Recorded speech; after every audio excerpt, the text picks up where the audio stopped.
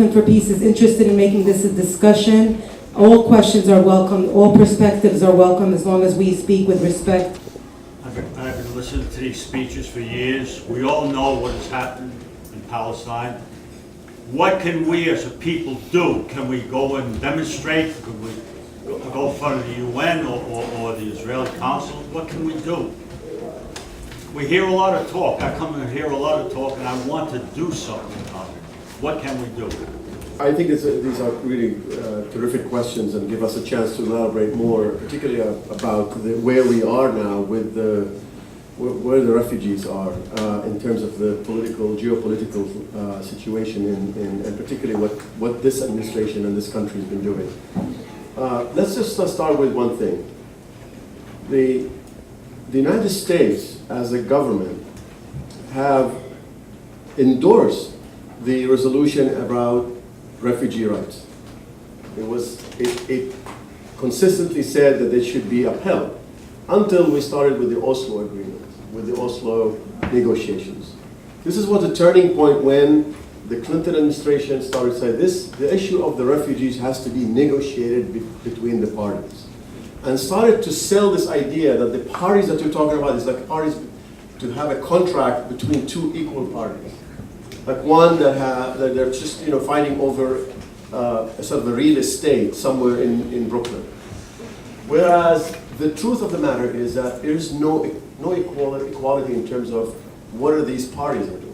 One has been the most powerful, occupying, taking all the resources of the people who've been completely disenfranchised and disempowered and essentially pushed out of their own homeland. And then they are now asked to come and negotiate. So there is this narrative that is being pushed that if only the Palestinians come to agree to sort of like whether it's a two-state solution or a three-state solution or whatever solution, but they are not willing to come to the table and be negotiating these things. And as Riham mentioned, I think is a really important thing. There are certain rights are non-negotiable. Just like you can't negotiate your own dignity. How can you do that? Can you just say, oh, I'm just going to put it out on the market, on eBay, and say, oh, I'm going to sell myself? And that is how Palestinians consistently asked for a very simple thing. Treat us like all equal human beings that you are treating any other crisis. Everywhere in the world, when you talk about the refugee crisis, and we have 65 million people displaced around the world, we talk about the first thing about how to provide them protection and safe haven, and think about how they can be repatriated, returned to their homes. No one says, oh, refugees, let's just get them continue in that endless situation. Except for the Palestinians. Palestinians have this exceptional category that was the Palestinian refugees it would be difficult to get them to return because there is this idea that if they return, the sky will fall and then there will be no such a thing as a state of Israel. Now, I think I have to challenge that notion. How is it that possible when you're talking about millions of people thousands of millions of people were brought to Israel that had no connection whatsoever, right? And then they got immigrated, and they called Aliyah, with a special ministry called the Ministry of Aliyah, Ministry of Absorbing Immigrants. You get a basket of financial aid and all of that kind of stuff to get you to come and settle in Israel, while that refugee who could share that place, if you wish, if you're thinking about that. But the notion that it's a zero-sum game cannot really be sustained over time because the Palestinians are not going anywhere and they continue, generation over generation, is going to continue to assert their right. Now the question is how does it really come to action? And this is the second part of the question, and relating it to UNRWA. So UNRWA, by the way, when it was created in the early 50s, it was created in order to provide the support to the Palestinian refugees until they exercise their right of return, until the Resolution 194 would be essentially realized. UNRWA is the UN agency, the refugee agency, that essentially been established in order to provide the very basic services of education, health. It started with many refugee camps from Jordan, Lebanon, Syria, as well as now in Gaza. And this agency is the one where most refugees are registered. I can give you the numbers that are really just to give you a sense of where we can get the sense. You have now a 6.1 point. First of all, there's no official numbers for how many registered Palestinian in terms of like the actual number, because the numbers that are registered with the refugees with UNRWA doesn't represent all Palestinian refugees. But the ones that are registered with UNRWA, the ones from 1948 is 6.14 million as of 2014, including 5.9 million refugees registered and assisted by UNRWA. Roughly 30% of the registered refugees live in camps from Gaza, some of the West Bank, Lebanon, the Syria, and Jordan. The distribution of registered refugees, 40% are in Jordan, 24% roughly in Gaza, 17% roughly in West Bank, 10% in Syria, and 9% in Lebanon. In Syria, by the way, because of the civil war, they've been displaced another time. And their own refugee camp became a disastrous place and a war zone, and they could not stay there. So UNRWA was really one of the most important organizations that provided the kind of the hope for people, for generations of refugees. And without that agency, I think that we would be probably worse off as far as poverty, as far as being a community and a nation with no hope and with no education and with no sense of building a future for all.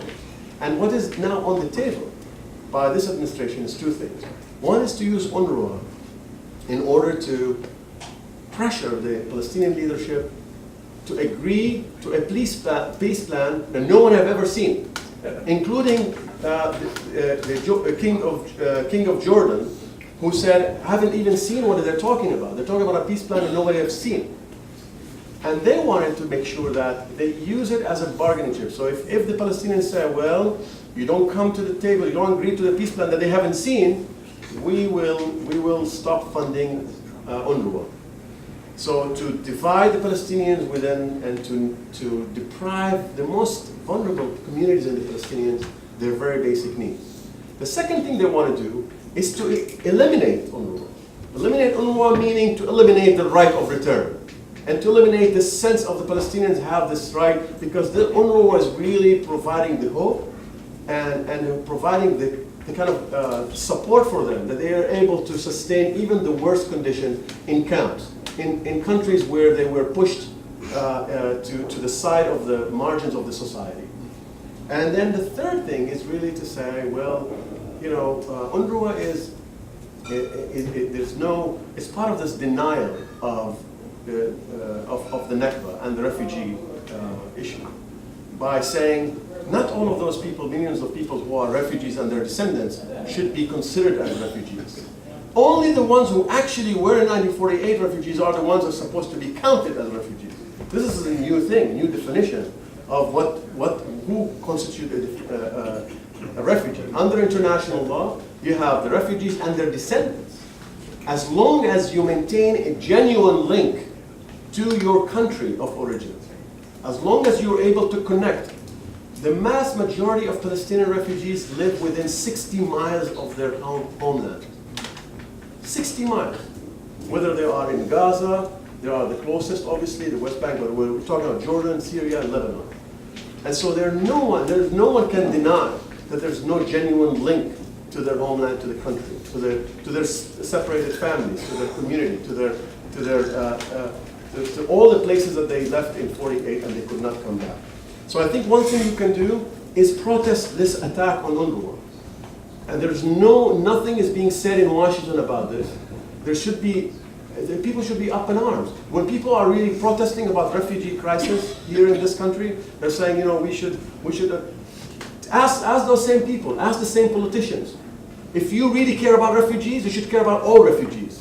If you care about human beings in a war zone, you should care about all human beings in all war zones. There's no division because of the fact that some people get a second-class sort of categorization of refugees. And the Palestinian refugees are the largest community of refugees since World War II, by the way. And it's been, obviously, the displacement and the horrific tragedy of the Syrian people and their refugee crisis is one of the largest, and I think we could see that it's even becoming bigger than the Nakba of the Palestinians. And so if we say yes, we say the Palestinian, just like the Palestinian people went through the Nakba, there's other crisis, but we should make sure that we're consistent. And I thank you, Bina, for making that call. For you, you cannot really be progressive. So many people are sort of champions of human rights, but when it comes to real issues, when it comes to Israel, human rights kind of like, there's only to certain people who belong to a particular religion. And there are so many people who are refugee champions, both here in the United States and in Israel, including refugee agencies and organizations that call them their civil rights organizations, like the ADL, that they are actually the ones who would support Israel in crushing and killing nearly 150 civilians in Gaza who were protesting because they want to get out of the siege of Gaza and because they wanted to return to their home. And so that is the sort of the thing that we should protest. We should call for concrete actions. 250 million deficit in UNRWA because of the Trump administration pulling out funding. Where we protest and when? The only thing I would add, I think Jamil adds so much. Everything you're saying, there's so little I could even add to that. Everything's so eloquent and perfect. Just with the other protests, there's so many representatives of different organizations in the room, like Adalah-NY and JVP, who are doing amazing work and so many creative and powerful protests and campaigns. They're outside, protesting Chuck Schumer's office for his disgusting statements about the massacres in Gaza, to targeting the exchanges between the Israeli occupying forces of Hamas and defense forces. We know they're not a defense army, and then training U.S. police forces on how to actually target our people and civilians here in this country, and that exchange and how disgusting and deadly that is. They're, I think, connecting with those organizations and the many different organizations on the ground here. I think those are already happening. Obviously, the call for BDS is growing, and I think BDS is a very powerful tool, and I think we've talked about that already. But I think there are amazing organizations doing that work in New York, and I think already maybe not reinventing the wheel, but perhaps already supporting those organizations doing the work. And lifting up voices that are already the radical voices doing that, and Palestinian voices doing that work. I would like to second that, and to say also that I think within the organizations, there's always, we know the moment we're in, and that it requires from cultural resistance to all different forms of organizing and resistance that are taking place. And at least in my experience, and I think in others, more and more groups are coming together, including from the movement for justice in Palestine, the movement for Black Lives, immigrant rights, and other racial justice movements. So I think that is growing. I do want to make a little plug for community education and why I do think it's so important. And I'll speak from my experience as someone who feels a responsibility to do work within the communities I'm part of, within Jewish communities I'm part of. Many of us began, even when we started criticizing Israel, we began about 1967. So we were opposed to the occupation of 67. That's where it began. And unless we really understand about the Nakba, it really then the right of, from understanding about the Nakba, again, the right of return is not a difficult concept to understand why it's a right of return. And to take that to the next step, since the BDS movement, the movement for boycott, divestment, and sanctions is growing, many of us are concerned about how we can continue to have it grow within our communities and to have more and more support. And so I don't look at the community education over there and the organizing there. I see it as an integral part of our organizing, and that the more we understand these issues and are always thinking about how do they then impact and shape and inform our work for justice. So I see it as part of a whole. All right. Here's the question I get all the time. Say the Palestinian refugees are allowed to return. People are living in their houses, Israeli Jews, or their houses have been demolished to form military installations, or their houses no longer exist because there's a park there now. What happens next? I mean, the question about how practically the right of return and refugees returning and repatriated, absorbed, welcomed back, how does that actually work? First of all, I think, as I said in the beginning, you have to acknowledge and recognize that right. And then start with thinking about ways that you can make it happen, and the promise that that would bring into what is the instead of the investment in the military installations or the military aid and the military budgeting, how can you shift that towards building more towns and cities, if not on where they were where the refugees lived?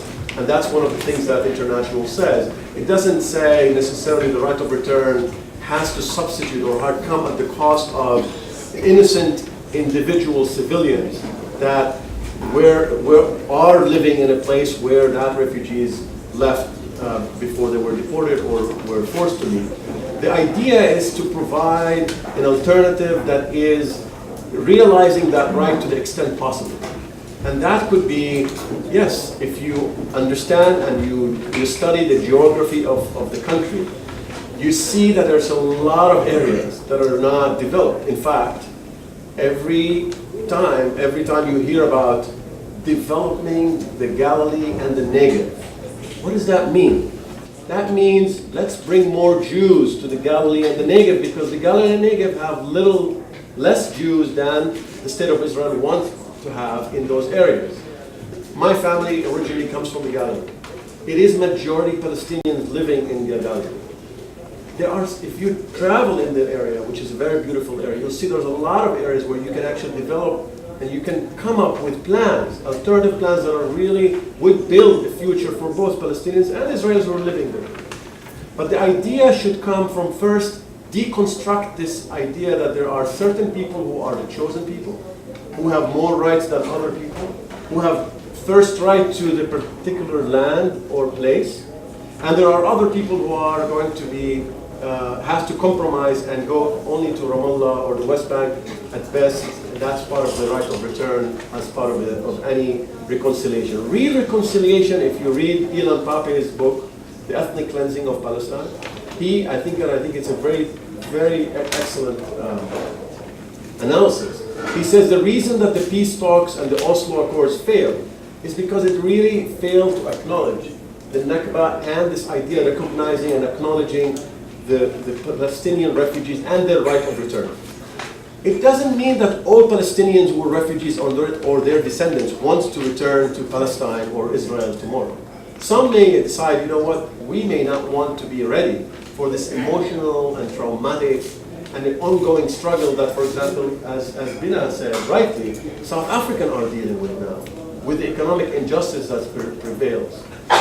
But we should think about those models. There are some Israelis that are already thinking about ways to do that. They are a very small minority, but there are ones who are actually reading the future. Are we really going to continue this confrontation and this control over other people and preventing them by force from coming back to their homeland? Instead of thinking, you know what, look at that. There is no empire that survived. There is no power that remained the same force forever. There's a certain point that they're going to be a breaking point. How can we save lives? How can we really maintain and create a hope and a future that could be the place for it, and the country can absorb all the people who live there? The other thing that is really a failing thing, since Israel was created in 1948 until now, the Zionist idea was to bring all Jews into Israel. Most Jews live outside Israel, Palestine, to this day. And if you ask the question why, the question is why would people not want to go and live in where they are living now? Because first of all, there is no that same connection that Israel has created between religion, Judaism, and the idea that you have to turn it into a political ideology and connect it to a particular land. People have a separate idea of who they are as Jews who live, and they're part of cultures and societies and peoples and countries all over the world and been contributing massively everywhere. The idea that you have to think about only place that you can have that Jewish majority and force it is kind of, it is disastrous to this whole notion of people who are part and parcel of their societies, and yet you want to create a notion that no, this is where we want you to be. So I think that people are rejecting more than ever the idea that you can create facts on the ground and you can convince the rest of the world that this is the right thing to do, when the opposite is happening. There are more fatalities, there are more people paying for their lives. Unfortunately, the ratio is that more Palestinians are killed than Israelis. I think that there should be no killings, no Palestinians and no Israelis. I think that what we're seeing in Gaza is the fact that people are saying, the Israelis are seeing the mirror. They're seeing the reminder of what happened in 48.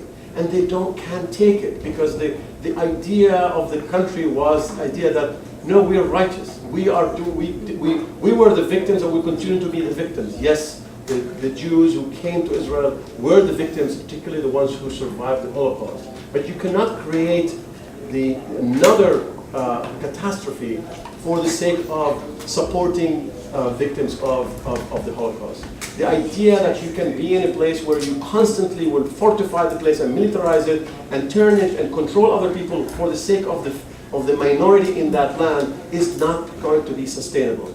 That is why people are saying it is going to be either going to be a full apartheid state, and the recent legislation that we've seen from the Israeli Knesset suggests that going in that direction, or you're going to see a notion of the alternative, which is more humane, makes more sense. That is that opening up the conversation to equality for all. That we can look back at the history.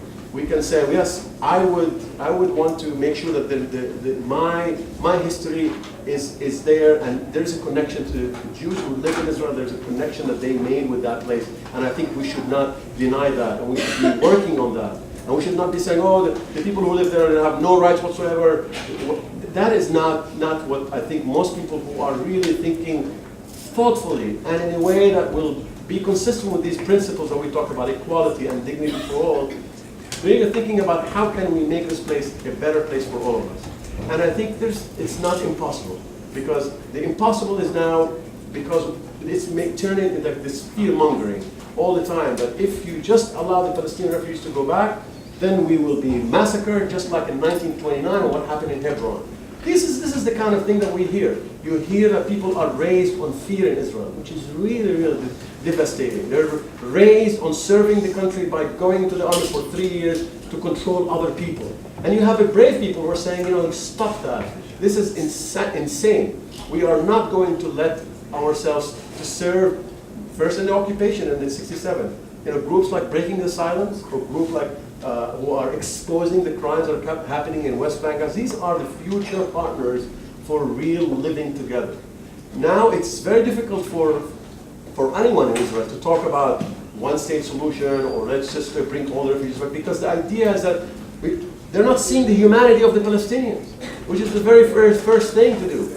If you keep demonizing them, it's much easier for the rest of the country, and that's why the Gaza war, more than 95% of Israeli Jews supported the Israeli attacks on Gaza, because there was this notion that no, their lives don't matter, they don't count. We can do anything for them in order to protect our normal life in Tel Aviv and in Jerusalem, and we are the country that we can do that, and we can remain democratic, and we can remain humane, and we can project that as the only Middle East democracy.